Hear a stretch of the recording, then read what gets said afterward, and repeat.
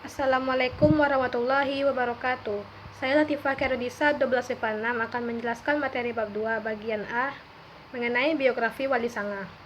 Yang pertama, Syekh Maulana Malik Ibrahim. Syekh Maulana Malik Ibrahim adalah seorang ahli tata negara yang menjadi penasehat raja, guru para pangeran, dan juga dermawan terhadap fakir miskin. Menurut Babat ing Gresik, beliau datang bersama kawan-kawan dekatnya dan berlabuh di Gresik pada tahun 1263 atau 1371 Masehi. Syekh Maulana Malik Ibrahim adalah keturunan Ali Zainal Abidin cicit Nabi Muhammad SAW. Syekh Maulana Malik Ibrahim atau Sunan Gresik bermukim di Gresik untuk menyiarkan ajaran Islam hingga akhir hayatnya pada tanggal 12 Rabiul Awal 822 Hijriah, bertepatan dengan 8 April 1419 Masehi, dan dimakamkan di Desa Gapura, Kota Gresik. Sunan Gresik dianggap sebagai penyiar Islam pertama di tanah Jawa, sehingga dianggap sebagai ayah dari Wali Sanga.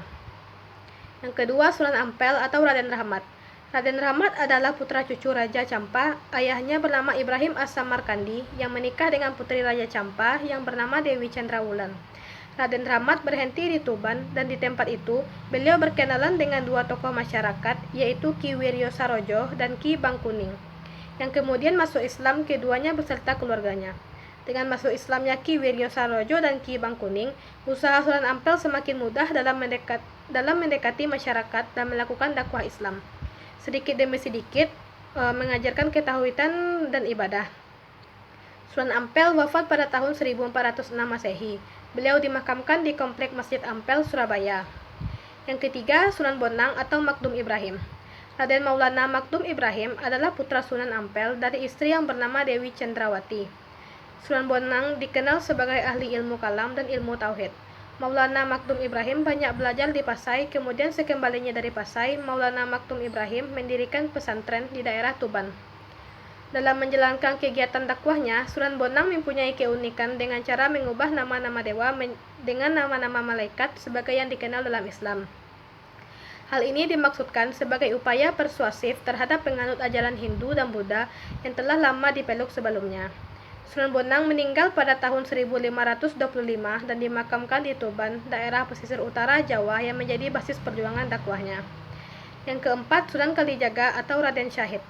Sunan Kalijaga mempunyai nama kecil Raden Syahid. Beliau juga dijuluki Syekh Malaya. Ayahnya bernama Raden Sahur Tumenggung Wilwatikta, keturunan Ranggalawe yang sudah Islam dan menjadi Bupati Tuban, sedangkan ibunya bernama Dewi Nawangrum. Sunan Kalijaga merupakan salah satu wali yang asli orang Jawa.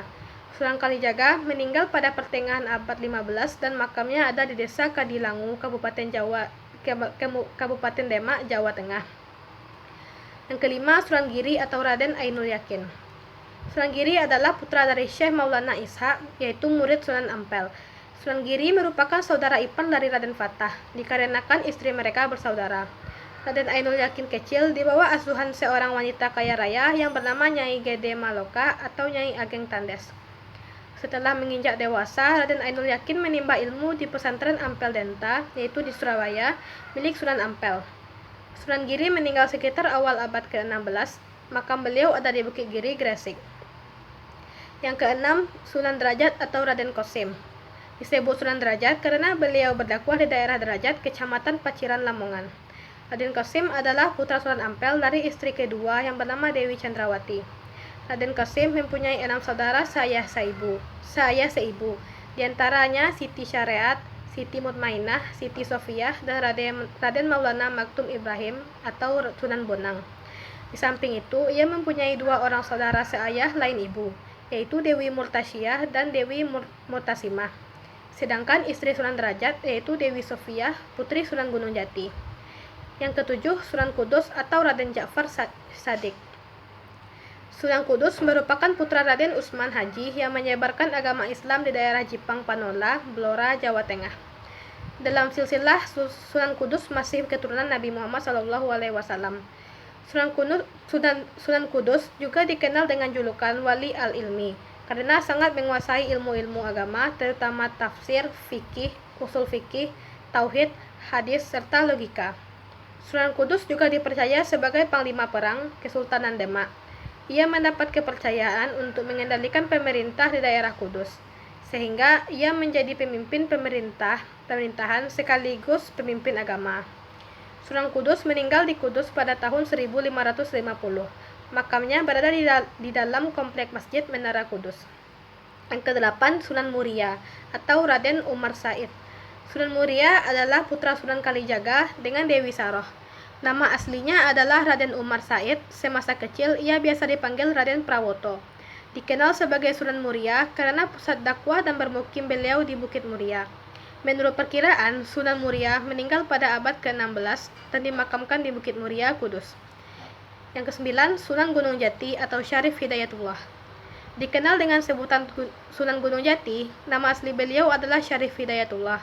Beliau adalah salah seorang dari Wali Sanga yang banyak memberikan kontribusi dalam menyebarkan agama Islam di Pulau Jawa, khususnya di daerah Jawa Barat. Syarif Hidayatullah dikenal sebagai pendiri Kesultanan Cirebon dan Banten. Nama aslinya adalah Nurullah, kemudian dikenal juga dengan nama Syekh Ibnu Maulana. Nurullah yang kemudian dikenal dengan nama Sunan Gunung Jati berasal dari Pasai. Sunan Gunung Jati wafat di Cirebon pada tahun 1570 dan usianya diperkirakan sekitar 80 tahun. Makamnya terdapat di Kompleks Pemakaman Wukir Saptapangga di Gunung Jati, Desa Astana, Cirebon, Jawa Barat. Hanya itu yang dapat saya sampaikan. Assalamualaikum warahmatullahi wabarakatuh.